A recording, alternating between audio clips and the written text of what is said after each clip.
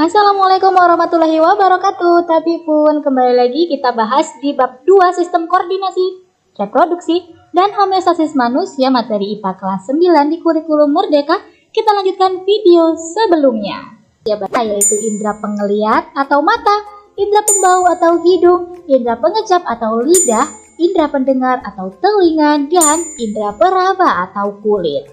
Kita bahas satu persatu.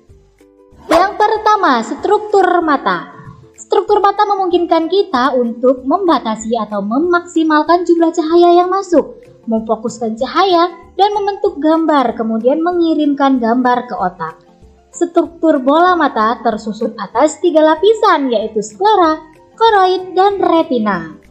Sklera merupakan lapisan terluar dari bola mata dan merupakan tempat perlekatan otot ekstrinsik. Bagian sklera yang tembus pandang disebut dengan kornea, yang berfungsi untuk mentransmisi cahaya dan perlindungan mata. Koroid banyak mengandung pembuluh darah untuk memberikan nutrisi pada mata. Retina sebagai lapisan terdalam bola mata untuk menangkap bayangan benda. Di lapisan retina terdapat sel batang dan sel kerucut. Sel batang mengandung pigmen rodopsin, tidak sensitif terhadap warna dan bekerja saat intensitas cahaya rendah. Sel kerucut mengandung pigmen iodopsin, sensitif terhadap warna dan bekerja saat intensitas cahaya tinggi. Bagian mata lainnya ada pupil dan iris. Iris memberikan warna khas pada mata setiap orang. Iris dan pupil berfungsi mengatur kadar intensitas cahaya yang masuk. Lensa mata berfungsi untuk memfokuskan cahaya agar bayangan jatuh tepat di retina. Selain itu, terdapat cairan aqueous humor dan vitreous humor. Aqueous humor mengandung nutrisi untuk lensa dan kornea, sedangkan vitreous humor berfungsi mempertahankan posisi bentuk bola mata. Indera kedua yaitu telinga. Telinga bekerja dengan mendeteksi gelombang suara. Telinga dapat merasakan posisi kepala kalian dan membantu kalian dalam menjaga keseimbangan. Telinga berjumlah 2 buah tetapi dapat bekerja dalam satu indera. 2 telinga membantu kita menentukan arah suara. Jika sebuah suara mencapai kedua telinga, secara bersamaan otak kita akan menempatkan sumber terdengar tepat di depan, di belakang, atau di atas kita. Jika suara mencapai telinga kiri sebelum telinga kanan, maka otak menempatkan sumber suara di sebelah kiri kita. Telinga tersusun atas bagian luar, tengah, dan dalam. Bagian luar dan tengah berisi udara, sedangkan bagian dalam diisi dengan cairan. Setiap telinga tersusun atas bagian-bagian yang lebih detail. Telinga luar terdiri atas daun telinga dan membran timpani.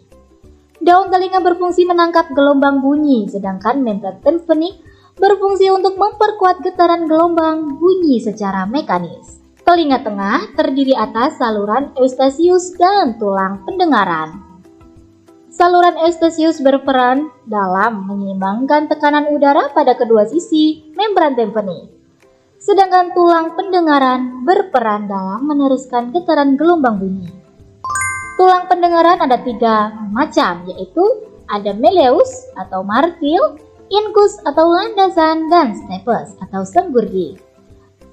Telinga dalam terdiri atas 3 saluran setengah lingkaran dan koklea. Telinga dalam diisi oleh cairan yang berfungsi untuk meneruskan getaran bunyi sehingga menggetarkan rambut pada reseptor pendengar di organ korti. Rangsang yang diterima oleh reseptor inilah yang akan dibawa ke otak untuk diinterpretasikan. Kita mendeteksi bau karena beberapa partikel kimiawi kecil masuk ke hidung dan larut dalam lapisan lembab di hidung. Hidung manusia biasa dapat mendeteksi sekitar 2.000 jenis bau dan dapat dilatih untuk mendeteksi hingga 10.000 jenis. Beberapa bau tidak enak yang kita deteksi erat kaitannya dengan perasaan yang tidak menyenangkan. Oleh karena itu, bau tertentu dideteksi tidak enak oleh sebagian orang dan sebagian orang lainnya akan mendeteksi bau tersebut adalah hal yang biasa bahkan menyenangkan. Sel saraf yang berfungsi untuk mendeteksi bau sebagai sel olfaktorius terletak di bagian atas rongga hidung. Permukaan lidah kita tertutup ribuan benjolan yang disebut papila. Lebih dari 10.000 pengencap tertanam di antara papila.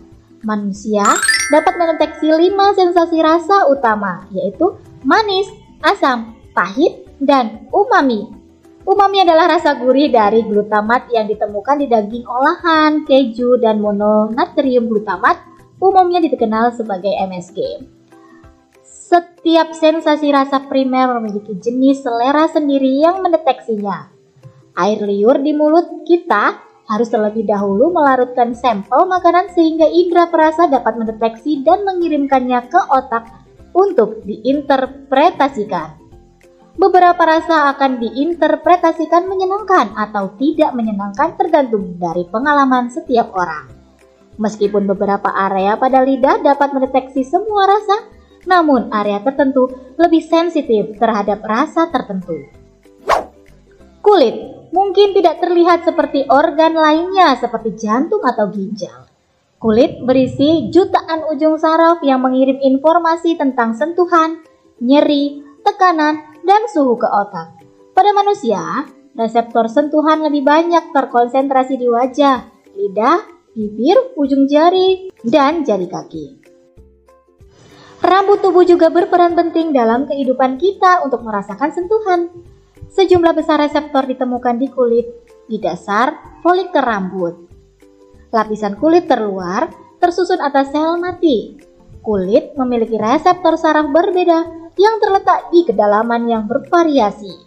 Kelenjar sebasea menghasilkan minyak yang membantu menjaga kulit lembut dan retak. Produksi kelenjar keringat menghasilkan keringat dan membuang panas dari tubuh saat air menguap dari permukaan kulit. Sistem koordinasi manusia yang ketiga yaitu hormon. Hormon diproduksi oleh kelenjar endokrin yang tersebar di seluruh tubuh manusia. Kelenjar endokrin adalah kelenjar yang tidak memiliki saluran sehingga produknya diangkut oleh darah. Meskipun kelenjar endokrin bekerja sama, mereka tidak dikontrol dari satu lokasi dari pusat seperti sistem saraf. Hormon bekerja lebih lambat dibandingkan dengan saraf. Responnya tidak langsung. Pengaturannya membutuhkan waktu yang lebih lama, namun pendistribusiannya atau penyebarannya lebih luas dibandingkan sistem saraf. Hormon mengatur fungsi seperti pertumbuhan dan perkembangan, keseimbangan air, seksual reproduksi, serta laju reaksi kimia di dalam sel. Kelenjar hipofisis atau pituitary menghasilkan banyak hormon, diantaranya ada GH atau hormon pertumbuhan, TSH atau yang merangsang kerja tiroid, ACTH merangsang kerja adrenal, FSH pematangan ovum, LH ovulasi sel telur, ADH reabsorpsi air di ginjal, dan oksitosin atau kontraksi otot saat melahirkan. Kelenjar pinal menghasilkan hormon melatonin yang berperan dalam jam biologis. Kelenjar tiroid menghasilkan hormon tiroksin yang bekerja dalam metabolisme tubuh. Kelenjar paratiroid menghasilkan hormon yang berfungsi mengubah kalsium tulang menjadi kalsium darah. Kelenjar adrenal menghasilkan adrenalin yang berfungsi dalam mempercepat denyut jantung. Kelenjar pankreas menghasilkan insulin yang berfungsi mengatur kadar gula dalam darah. Kelenjar testis menghasilkan testosteron yang berfungsi mengatur perkembangan seksual pria. Kelenjar ovarium menghasilkan estrogen atau perkembangan seks sekunder wanita.